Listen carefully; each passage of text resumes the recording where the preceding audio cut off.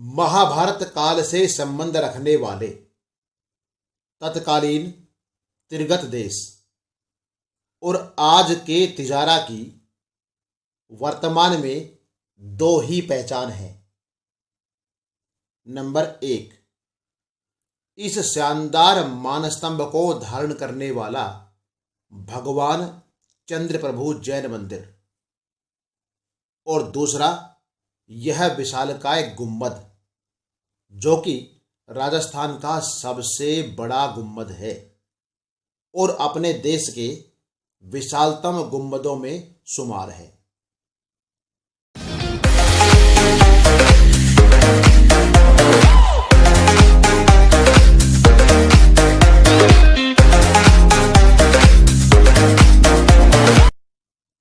नमस्कार, मैं विजेंद्र सिंह यादव आज आपको लेकर आया हूं दिल्ली से लगभग 130 किलोमीटर दूर राजस्थान के अलवर जिले के तिजारा नामक स्थान पर।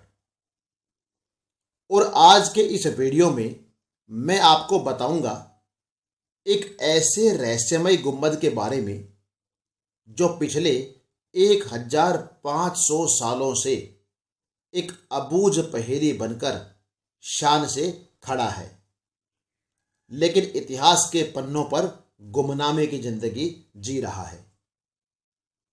विशालकाय चबूतरे को आधार बनाकर बनाया गया यह गुंबद 240 फुट ऊंचा है और उत्तर भारत का सबसे ऊंचा गुंबद है।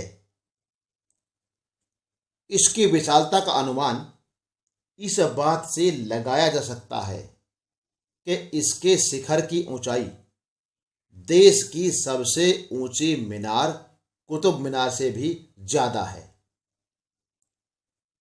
स्थापत्य कला का यह नायाब नमूना देखने वालों को चकित कर देता है। इसकी विशालता और भव्यता के सामने देश की आधुनिक इमारतें कुछ भी नहीं है। अरावली पर्वत श्रृंखला से प्राप्त होने वाले बेढंग के पत्थरों को जितनी सफाई से इस इमारत में प्रयोग किया गया है, उतनी सफाई से तो आजकल ईंटों के मकान भी नहीं बनते। ऐतिहासिक दस्तावेजों में इस बात का कहीं कोई जिक्र नहीं है कि यह विशालकाय गुंबद किसने बनवाया, क्यों बनवाया और कब बनवाया। लेकिन एक दंत कथा के अनुसार संस्कृत के महान कवि और उज्जैन के राजा भर्तृहरि ने अपने राजपाट का परित्याग करने के बाद लगातार 12 साल तक इस गुंबद के निर्माण में मजदूरी की है, लेकिन एक पैसा भी मजदूरी में नहीं लिया। मजदूरों के पैसे बढ़ते समय वे अचानक गायब हो जाया करते थे और अगले दिन निर्धारित समय पर काम पर आ जाया करते थे। भर्तृहरि को स्थानीय भाषा में भरथरी कहा जाता है और अलवर जिले में बाबा भरथरी की बड़ी मान्यता है। यही कारण है कि इस विशालकाय गुंबद को भरथरी गुंबद कहा जाता है। 8 विशाल खंभों पर खड़े इस गुंबद में प्रवेश करते ही पर्यटक हैरान रह जाते हैं। खंभों की चौड़ाई इतनी ज्यादा है कि एक खंबे में 2 कमरे बने हुए हैं और कुल मिलाकर 8 खंभों में 16 कमरे बने हैं। अब ये कमरे क्यों बनाए गए, इस प्रश्न का उत्तर भी आज तक हमें नहीं मिल पाया है। खंबे के बीच से ही ऊपर जाने की सीढ़ियां बनाई गई हैं जो कि एकदम खड़ी हैं और अंधेरी गुफा का एहसास कराती हैं।